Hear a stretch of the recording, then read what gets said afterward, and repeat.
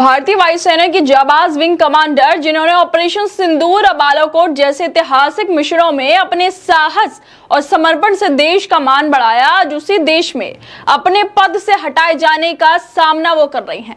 14 साल तक देश की सेवा में दिन रात एक करने वाली, ऑपरेशन सिंदूर में भूमिका निभाने वाली विंग कमांडर को सिर्फ इसलिए दरकिनार किया जा रहा है क्योंकि उन्हें स्थायी कमीशन नहीं दिया गया, क्योंकि भारतीय वायुसेना में जेंडर इक्वालिटी को लेकर अभी तक भेदभाव किया जाता है। इस तरह के आरोप लगाए जा रहे हैं।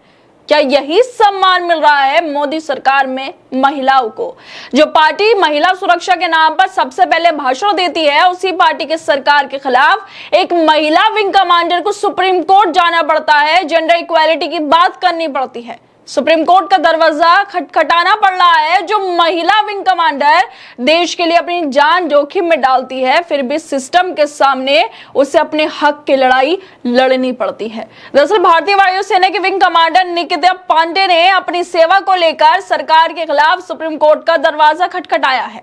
ऑपरेशन सिंदूर और ऑपरेशन बालाकोट में शामिल रही विंग कमांडर की सेवा के 14 साल पूरे होने और स्थायी कमीशन नहीं मिलने पर उन्हें पद से मुक्त किया जाना है। इसी को लेकर विंग कमांडर निकिता पांडे ने सुप्रीम कोर्ट में याचिका दायर की है।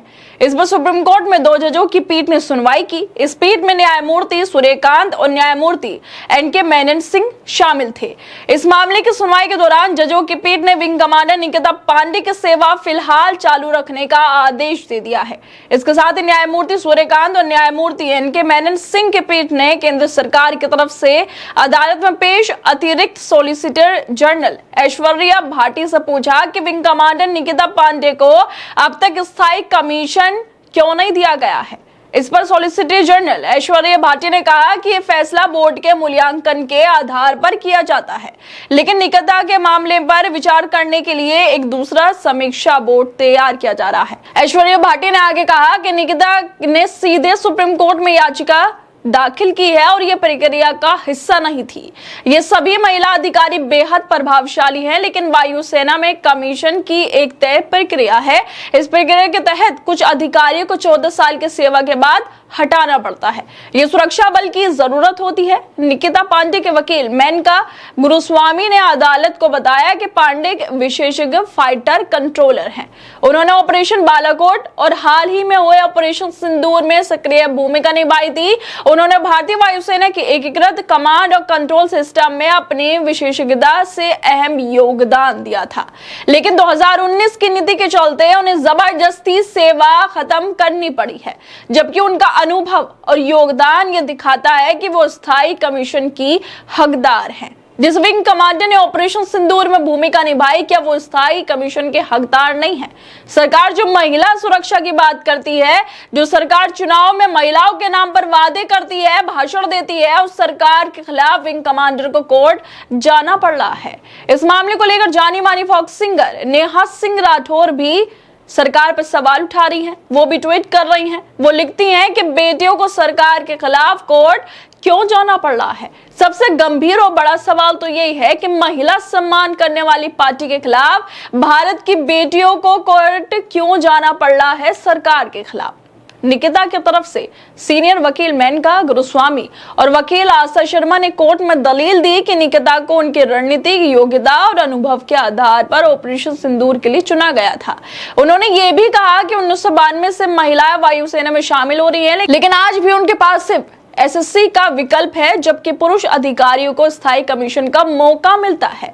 इसके साथ ही निकिता ने भी कहा है कि तकनीक और हालात इतने बदल चुके हैं, तो 30 साल पुरानी नीतियों के आधार पर महिलाओं को स्थायी कमीशन से वंचित करना गलत है। अगर वो हर तरह से योग्य हैं, तो सिर्फ जेंडर के आधार पर भेदभाव क्यों? जब देश कहां से कहां जा रहा है, लेकिन अब भी जेंडर को लेकर भेदभाव किया जा रहा है। वायुसेना में भेदभाव किया जा रहा है, जिसको लेकर निकिता पांडे कोर्ट पहुंच गई हैं। निकिता को योग्यता और अनुभव के आधार पर ऑपरेशन सिंदूर के लिए भी चुना गया था। जब इतनी बड़ी जिम्मेदारी दी जा सकती है इन्हें, तो क्या ये स्थायी कमीशन की हकदार नहीं है? क्यों अब भी जेंडर इक्वालिटी को लेकर महिलाओं को कोर्ट जाना पड़ रहा है? इस मामले को लेकर जस्टिस सूर्यकांत ने कहा है कि हमारी वायुसेना दुनिया के सबसे बेहतरीन सेनाओं में से एक है। इनके अफसरों की मेहनत और समन्वय की वजह से हम दिन रात चैन से सो पाते हैं।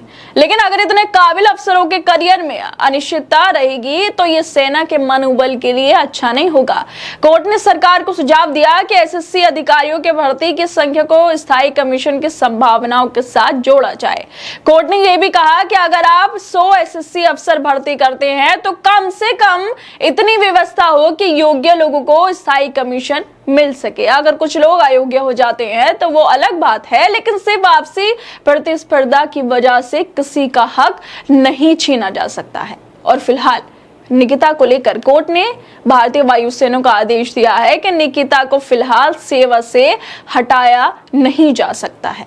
अब आप खुद सोचिए, ये वायुसेना का हाल बयां किया जा रहा है, जिसमें निकिता पांडे कह रही हैं कि सिर्फ जेंडर की वजह से, क्योंकि वो महिला हैं, उन्हें स्थायी कमीशन में जगह नहीं मिल रही है, जबकि वो योग्य भी है। जिस महिला ने ऑपरेशन सिंदूर में भूमिका निभाई हो, क्या वो महिला कमांडर, विंग कमांडर योग्य नहीं होगी? क्यों जेंडर इक्वालिटी को लेकर अब भी 2025 में इस तरह की बातें की जा रही हैं और जेंडर इक्वालिटी को लेकर महिलाओं को कोर्ट जाना पड़ रहा है? ये वाकई अफसोस की बात है। खैर दोस्तों, आप लोगों को क्या लगता है इस वीडियो को लेकर? हमें अपनी राय जरूर दें और बाकी तमाम खबरों को देखने के लिए जुड़े रहिए हमारे साथ।